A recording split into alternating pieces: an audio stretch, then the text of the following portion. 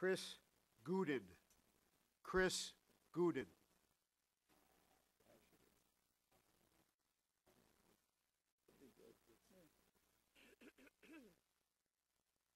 Good evening, Mr. Gounden. Good evening, ladies and gentlemen. I'd like to thank you. I would like to thank you for giving me this opportunity to speak on a matter that everyone has been very boisterous about. My testimony is basically when it doesn't work, when the redistricting does not work. And Ozone Park, Richmond Hill is a community that my family has been since 1976. And we have been victims of that redistricting that didn't work. So I'll go on with my testimony. My name is Kris Gounden. My family has been in South Ozone Park since the mid-70s. My wife, family has been in Ozone Park since 1976. The Caribbean West Indian community has grown in South Ozone Park through our will to live together. Because of the shape of the voting district, we can't vote together to elect someone who is born of us.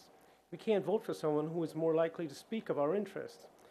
We can raise our children together, but we can't vote together for one of us, born of us, who all raises children in the community.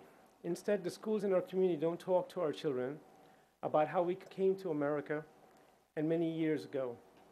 The schools in our community act like we have no history and no voice in the city council to demand that our past be included in the curriculum so that we can have pride and self-respect.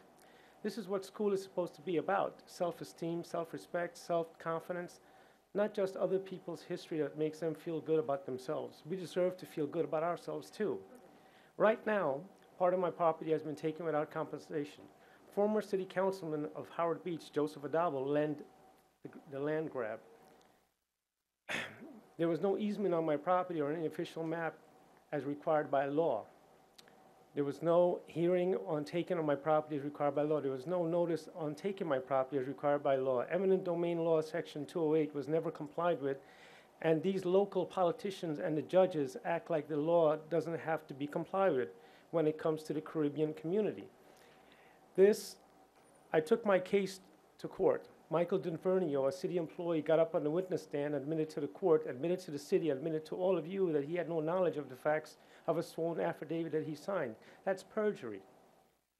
Judge Kogan did absolutely nothing about the perjury. The city did nothing about the perjury. Now State Senator Joe Adabo did nothing about that. The current city councilman, Eric Earledge, did nothing about the land grab on my property. This is what has been done to the American Indian. Now it's being done to the West Indian. And if we don't get some representation we can trust, it's going to keep happening. We need districting that allows us a voice in the machine. You've heard the case about Ms. Prasad. It was an outright business grab, grand larceny. The crime was perpetrated by a sitting judge. Where is our voice to censor or speak on conspiracy between the judges and those outside our community? Our voice is in the redistricting of the voting lines. Our voice is ourselves. Our voice must be heard just like Councilman Barron's voice is heard in his community. Matter of fact, Councilman Barron came out to my house to put a stop to the white supremacy that is running rampant. We need to elect our own councilman who can go out to his or her district, to his or her house when he is under attack by people who won't represent him, harassed, abused, tortured by politicians, city agencies without repercussions. We have no way to address our concerns other than doing a lawsuit. The police do their job as per community meetings, which we are not part of. The district attorney rubber stamps the behavior of which the judges have zero tolerance attitude for our people. We have lived on this reservation type neighborhood to the point that we self-deport ourselves to other US states and other countries. We come together on the internet to share our experiences of the discrimination by the ruling class that is presented during the John Gotti crime spree that goes back before JFK Airport was Idlewild Airport. NYPD 106 Howard Beach Precinct disbanded for assisting these individuals. Politicians profiting with their relationships from these activities.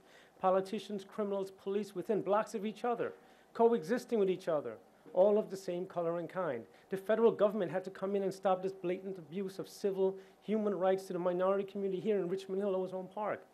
We have been victims for this for much too long of this abuse. Our community needs representations. Our voice fallen on deaf ears without a political presence. Our children need to be empowered to see future here instead of elsewhere. Our people have been bled of aspirations with the ongoing barrage of ticketing, summons, violations, any disciplinary action the city wants to impose on us selectively. This system only hurts us.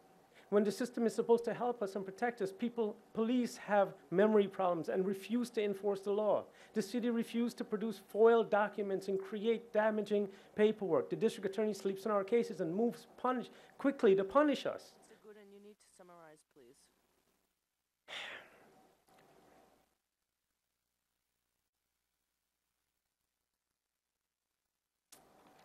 I can assure you, your written testimony becomes part of the record. Yes, ma'am. If the borough president was here, she would actually concur with me that we had meetings, and it just got worse. Without representation, I have to go to Harlem. I have to go to East New York. I have to go wherever a politician might even listen to me and then give me advice that your people have no representation. I cannot go against the established politicians that bend the law, that twist the law. And it's in the federal court of appeals. This is all, I've become a lawyer now. I'm not a lawyer. I'm an airman. I'm an aircraft technician. I'm an instructor. I'm an inspector. I made inspector with the FAA.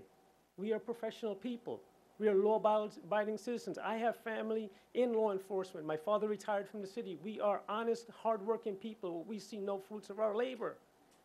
And this is passionate because it's taken everything I've ever worked for this. It's being made into a documentary. And you will see that. Holding Out for Justice. They named it Holding Out for Justice. That's all I want is justice. That's all I've asked for is equal treatment. Equal treatment. That's all I've asked for. That's all everyone here has ever asked for, is that you keep the line so we can be productive individuals, not leave the country and say how bad it was here, because we're a type of people from the Caribbean. Wherever we go, we will survive. That's my testimony. Thank you very much. God bless you, buddy. Thank you.